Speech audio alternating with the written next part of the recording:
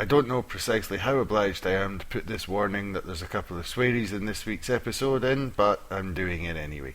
I also have to admit that more or less I'm the guilty part. The question is, do you agree that Scotland should be an independent country? For me, the principle that we work best when we work together, without coercion or conscription, bullying or bossiness. Always whenever someone says, oh, peace and sausage, and it's a roll and sausage, and it's sausage roll, we're better together. Well, they didn't. It was us. We invented it, just like every other bloody thing. Well, that's very interesting. We have very serious the referendum. It seems to me that they're not dealing with the issues. Hi, if you've been fed up with most of the debate until now, the Scottish Independence Podcast is your chance to hear some different views on what the independence referendum means for Scotland. Hello and welcome to Scottish Independence Podcast number 15. George Orwell famously said that the opinion that art and politics shouldn't mix is itself a political attitude, and I wrote an article saying that basically the same thing applies to sport. However, even if you think that politics and sport shouldn't mix, it's quite clear that they do.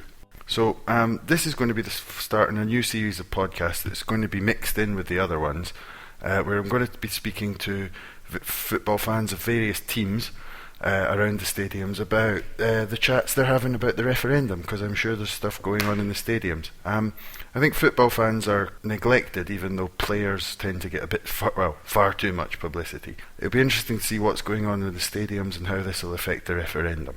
Ignoring these places, I think, would be majorly to the detriment of the Yes campaign. And there are certain problems with it at the moment. For example, a lot of football fans are feeling rather victimised by the new offensive behaviour bill, especially when you consider if, for example, you're going along to Murrayfield at the rugby and you can sit on the train with your beer or your wine, but if you're on the same train going to the football, if you're having that kind of beer, it's possible you would be arrested. So I think this would be interesting to have a word with fans of various teams and see how they feel about it. The guest for this first one is Krys Kujawa, who is also a podcast presenter. He presents the Celtic podcast, The Paradise Report.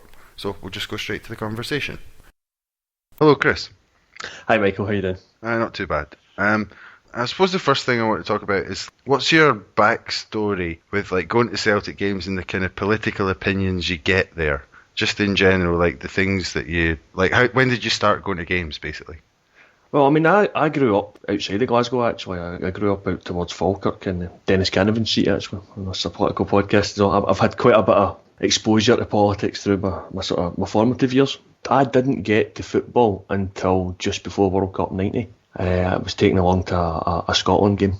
How old were you then? I would have been almost 9, which is a bit older than a few people I know. Still young enough I was starting to get into the game. And it was another year and a bit before I got to a Celtic game that my dad took me along to. And that's pretty much how I got into it. It's just a standard story of I went with my dad's team, and it's slightly non-standard in that I didn't grow up in a Catholic school. I went to a non-denominational school, so I tended to be surrounded by Rangers fans rather than Celtic fans. So maybe there was a bit of rebellion in that. Alright. I think we're about ages. My first game was a Scotland game as well, and it was Scotland against Spain, where we won 3-1. Kenny Dalglish scored 2 goals in 1984, so it wasn't a bad introduction. And then the next game I got taken along to was 0-0 against Dundee United at Parkhead on a Tuesday night, and it was Baltic. You know what, funnily enough, my first Celtic game was a 0-0 game as well, and it was Baltic. Alright, so but as you started to grow up, when did you start like going yourself to games, or like be more involved in it and starting to notice what was going on around you more? To be honest, I used to go with my dad all the time. I mean, he was the kind of guy that took me to the games. He's the guy that made sure I had the season ticket next to him, and we didn't really go all that regular until it must have been early in the millennium, actually. That was just sort of on and off through the 90s, picking up the occasional game here, and as the 90s went on, I sort of pressured my dad to take me more and more, and it was just sort of the European games I'd go to and the cup games, and I started picking up more and more. But I didn't get a season ticket until the Seville season, so you're talking 2002 before I had one of them. My dad eventually stopped going a few years ago. He used to be more of a Barcelona fan these days. Alright, well you're making me feel old now, because I think I'm a wee bit older than you, but because I used to, right, my dad's not a Celtic fan, but he used to take us along occasionally, and I just kind of got into Celtic. One of my brothers is a Celtic fan. He used to take me along, and then I used to kind of sneak out when I was 12, 11, 10, and get along myself, make an excuse, go to my mate's house, and then I'd end up in the jungle. And you used to hear some pretty mad stuff in there. When you were going, was it quite tame, or was there still a lot of political stuff going on in the crowd? I would have to say I'm post McCann, so the politics have been cut right out of it, I think. Certainly at the home games. At the away games it's a different story, because there's the more sort of hardcore Celtic fans, and although there's a lot of the crowd that will sing the songs that maybe cause occasional conversation in the media, they're all pretty much younger than me these days, because there seems to be this progression where when you're young you'll sing anything, you just want to be making noise, and maybe you don't understand what's going on, or maybe you do understand what's going on and you want to assert your political feelings on everybody else, and then you get a bit older and you think, does this belong into football? So I think, although I'm post McCann, we still hear that at away games more than anywhere else. And do you whether think it belongs there, I think it's open for debate, but I mean, I think we'll touch on that now, probably. Oh yeah, we will. But when you're speaking to people in the crowd, are you getting, what kind of opinions are you getting about Scottish independence? Because I remember talking back in 1990 and stuff, you'd hear a lot of stuff about Ireland, people were singing, and I've got nothing against that. When I was younger, I sang it, and then I sort of realised what I was singing, and I stopped singing it. And now I wouldn't kind of sing some of that stuff, but not because I necessarily disagree with it, but because I'm actually not Irish, and I don't really see it as kind of my place. If that's what those people think, fine. If it's not, then But what kind of vibe do you get in the grounds at the moment? Have you had any conversations about the referendum coming up? I must admit, I haven't heard anybody mention it at all. Which I agree. I think it's very strange for a club that's effective. Well, there's two schools of thought with Celtic. There's the school of thought that they are an Irish club based in Scotland. That's not the one I subscribe to. I've always thought of them as being a Scottish club with Irish roots. So I totally understand that there's the songs and all the feeling towards Ireland, and all the Republicans are thinking along those lines. And it's to Celtic's credit, I think. Certainly the fans, if they want to be a big part of the Republican movement in Ireland, then great. I pretty much agree with them, to be honest. But in the end, we're still Scottish. I'm not Irish, although I do have Irish roots myself. But the Irish struggle isn't my struggle. For me, the Scottish independence movement's a far more important thing in my life. And for that not to be mentioned at all in the sort of Celtic circles, I find very strange. Yeah, me too. I mean, do you find that maybe part of with the backstory of Celtic, there's a kind of current of the Celtic support that think that a lot of oppression came towards Irish immigrants from people in Scotland. So a lot of Celtic supporters don't necessarily support Scottish independence because they believe they'd be more open to that kind of oppression, but by remaining part of the UK, it's a way of softening it a bit. I know what you mean, because I've had certainly conversations with people on Twitter, because I'm quite active on there, about this kind of thing, and you see such a broad spectrum. There's certainly Celtic fans out there that are absolutely Scottish independence is the way to go, that's where we should be, but there is that string of them where they suggest that, well, like you say, the Irish immigrants came over here and were kind of oppressed and were downtrodden in the east end of Glasgow, and that's where Celtic came from. So it's almost as if, well,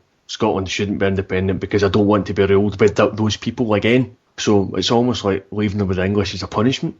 It's, if they're getting told what to do by the English, they're not telling me what to do. Although that still means I'll be told what to do by the English. That kind of thinking. I'd never really thought of it like that as a punishment. I'd thought of it as kind of a protection against the more local people, that there was a history with this. Interesting way to look at it. Another thing with Celtic in Scotland, I've always been a Celtic Scotland supporter, and one of the things you'll get is you speak to a lot of Celtic fans and they'll go, I'm not supporting them. I went along in the 60s and the 70s and they were booing the Celtic players and the things that they were shouting, and I'm never going back. I'm sure you've had a conversation like that or two in your time. I've had many conversations like that in my time. I mean, like I said earlier, my very first game was a Scotland game. And I think that's probably ingrained in me forever, because I went to more Scotland games when I was younger than I did Celtic games. I even went, there was a few times I was at Ibrox. I must admit, watching Scotland being pretty poor against the likes of Malta and Italy, but such is life for supporting Scotland, I suppose. Well, we don't expect to win these days, so. No, well, that was the sort of early 90s, I think. So we were actually expecting to get decent results back then because we were still qualifying for things. But yeah, I mean, there's certainly that element of the Celtic support that can't stand Scotland just purely because the treatment they get. They grew up with the selection issues. So many of the Lisbon Lions, for instance, never seemed to get capped that much, and that was put down to the biased selection committee before the managers came in. And then after that, you were hearing that certain sections of the fans booing their own players because they played for Celtic, or some members of the press were suggested that Kenny Dalglish never tried as hard for Scotland when he played for Celtic, and yet as soon as he moved to Liverpool, he was a godsend. I personally haven't experienced any of that myself when I've been at the games. I think that there's another element of the Scotland support where Celtic and Rangers, to a certain extent, have both had these sort of European campaigns to look forward to. So, whereas the teams outside the old firm, I don't really like that term, but neither do I. The teams outside Celtic and Rangers don't really get much of a chance to go into Europe, so they see Scotland as theirs. That's their chance to go in places that they wouldn't otherwise go in the continent. So when you go along to the games and you reveal you're a Celtic fan or you reveal you're a Rangers fan, the fans around you automatically don't like you because of that club thing, because let's face it, nobody outside Celtic and Rangers likes Celtic and Rangers. Oh, that's true. No, but I agree with you totally. Like I've never had that at Scotland games. I think like maybe once in 1989, Scotland against East Germany, there was a bit of that. But I've been to like millions of Scotland games, and I still go when I can. And I don't think you get that anymore. What you're saying is totally right. Like now, it's the smaller teams that go and support Scotland. I'll just throw in a wee story here because it's too good not to. Sorry, but I was in St Andrews a couple of years back, and Scotland were playing Sweden. It was that game with Mastorovic was playing for Sweden, and we're sitting in a pub watching it, and a guy walks in with a Rangers top on. And immediately saw the Scotland game on the TV and immediately said, "I'm not watching these Jacobites," and turned around and walked out. And Jesus Christ, you're saying it's not Celtic or Rangers, but I think actually my experience is more Celtic fans go to Scotland games now than Rangers fans, but I might be wrong about that. I don't know what you think. I think you could be right, but I think from both sides there's an element of distaste for the national team, and it's never one I've subscribed to, and I know plenty of my friends support Celtic or support Rangers or Scotland fans as well, but there's certainly there does exist that I'm not watching these Jacobites. I've heard the phrase tartan fannies as well, as I suppose the tartan fans. It's a derogatory term for the tartan army, effectively.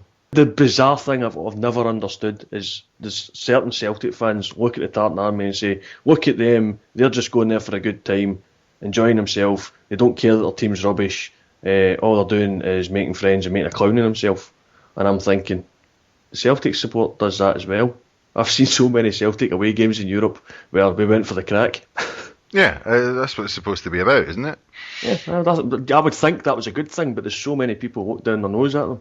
Then my favourite one was someone that came away with, I can't believe they're singing Do a Dear. Who sings these musical songs, numbers at the football? And I'm saying, you do know You'll Never Walk Alone was in Carousel.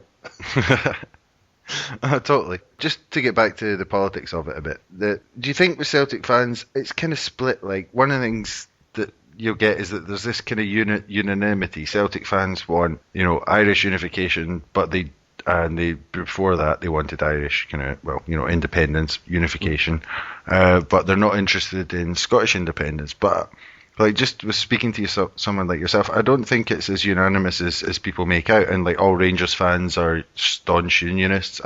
I think there's kind of a big divergence of opinion in all of the supporters. Yeah, I think that's probably the case across most things. I wouldn't be surprised to find that most Celtic fans turn out to be Irish Republicans somewhere along the line, but it won't be all of them. And I wouldn't be surprised to find that quite a lot of the Rangers fans are unionist, but it won't be all of them.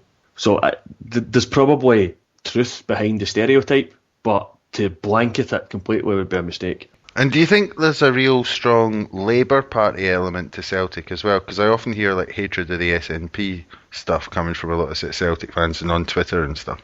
Yeah, I think there is, because for so long the Labour Party were the working class party, effectively, and they are still to this day the big sort of party that people vote for outside obviously Scotland, but here in Scotland itself you don't vote Tory, that's just a rule. You do vote either Labour or whatever socialist flavour you can find that once, because you've got so many sort of left of Labour almost these days, since Labour have started moving